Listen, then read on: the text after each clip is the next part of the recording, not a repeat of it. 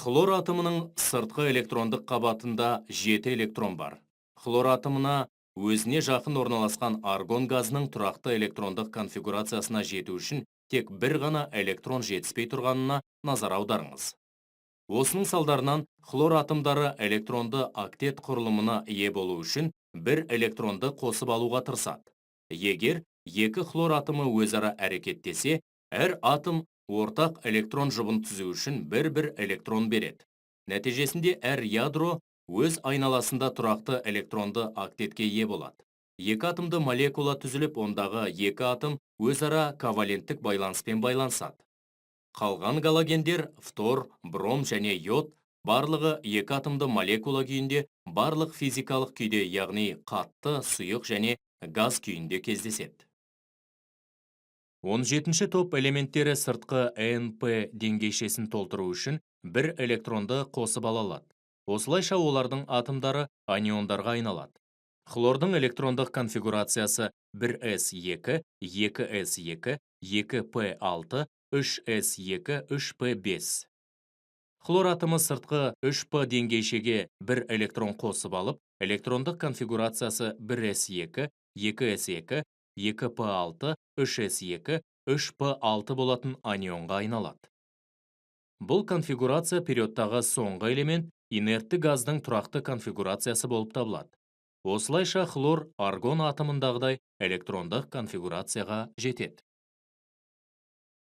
Хлордың атомдық радиусы 99 пикометрді құрайды.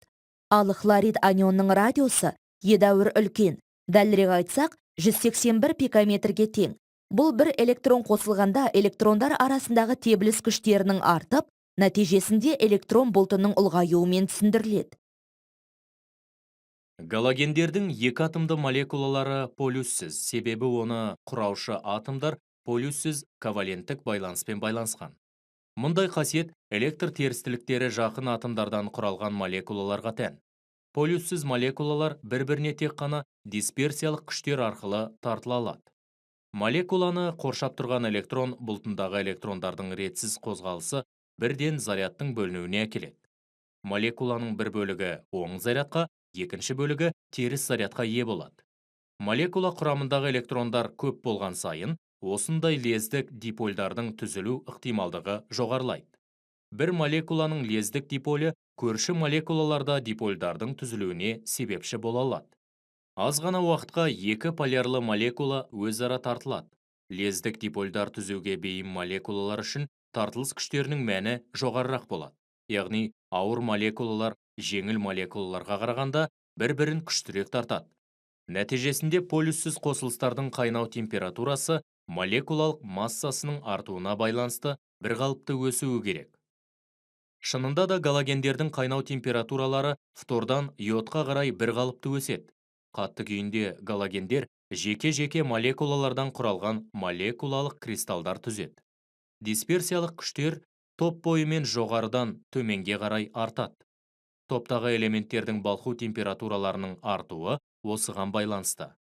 Балқу кезінде молекулалық кристалдар жеке молекулаларға ыдырайды. Фтор атомында 9 электрон болады. Сондықтан оның электрондық конфигурациясы 1s2, 2s2, 2p5 немесе қысқартылған конфигурациясы гелий 2s2, 2p5. Хлор ядросында 17 протон болады, яғни хлор атомының 3 электрондық деңгейде орналасатын 17 электроны бар. Хлордың электрондық конфигурациясы 1s2, 2s2, 2p6, 3s2, 3p5 немесе неон 3s2, 3p5. Егер біз 17-ші топ элементтерінің барлығының электрондық конфигурациясын жазатын болсақ, онда барлығына да қайталанатын валенттік электрондарға сәйкес ns2, np5 бөлігі тән екенін көреміз.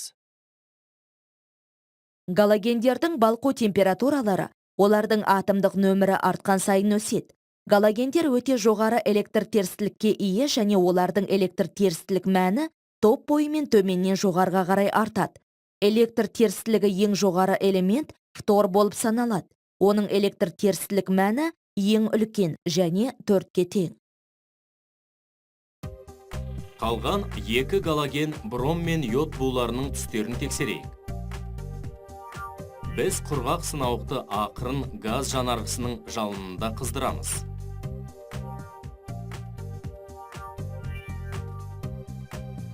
Сынауық толығымен қызыл қоңыр түсті бром буымен толады.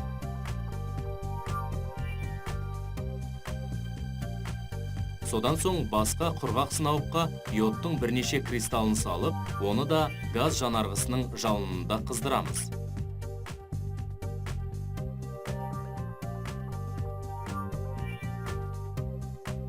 Бұл жағдайда сынауық күлгін түсті буымен толады.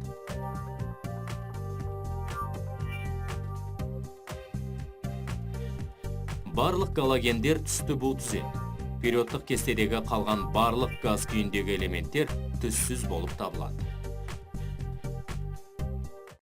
Йодтың 2 еріткіштегі судағы және сумен араласпайтын органикалық еріткіш гександағы ерігіштігін зерттейік.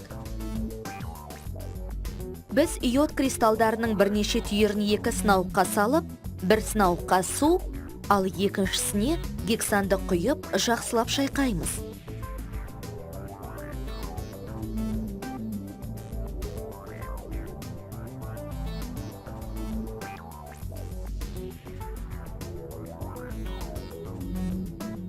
Йод суда тек аз мөлшерде ғана еріп, көп бөлігі қатты күйде қалады және ерітіндінің түсі ашық сары түске өзгереді.